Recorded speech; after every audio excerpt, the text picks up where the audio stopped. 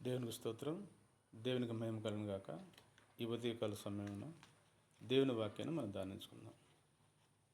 యాకోబు రాసిన పత్రిక 4వ అధ్యాయము 17వ వచనం మనం చదువుకుందాం.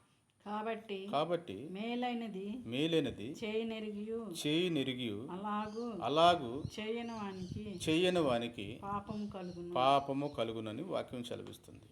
దేవునికి స్తోత్రం. ఈ వాక్యం దేవుడు దీవించును గాక. మేలైనది ఏది? మారు మనసు మనకు మేలైనది, రక్షణ మనకు మేలైనది. ఇది ఎరిగి కూడా, ఇది తెలిసి కూడా మరలా లోకానుసారంగా జీవించడమే పాపము. పాపాన్ని కడిగివేయటానికి ప్రభు అయిన యేసుక్రీస్తు వారు ఈ భూమి మీదకి నరుడుగా వచ్చి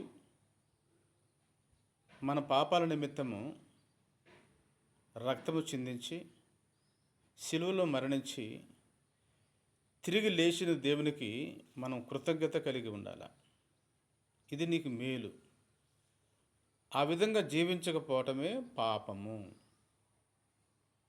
ఈ ఉదయకాల సమయాన దేవుని ఎరిగిన మనము, క్రీస్తుని ఎరిగిన మనము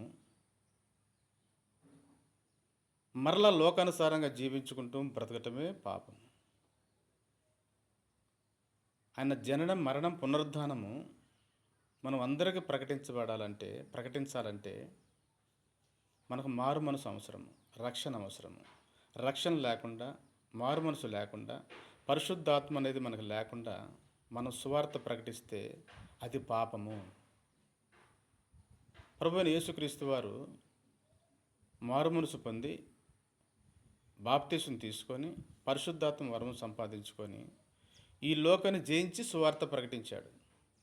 అపవాది శరీర క్రియలు చూపించాడు, నేత్రాసులు చూపించాడు, జేబు డమ్మములు చూపించాడు. ఇవన్నీ చూపించినా కూడా అపవాదిని గద్దించున్నాడు. ఎందుకు, ఎలా గద్దించాడు?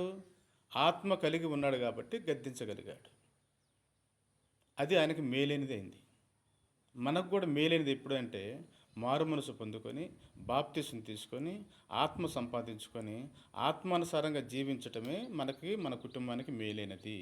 ఇది ఎవరైతే జరిగించకుండా లోకానుసారంగా దాన ధర్మాలు చేస్తే అది పాపము.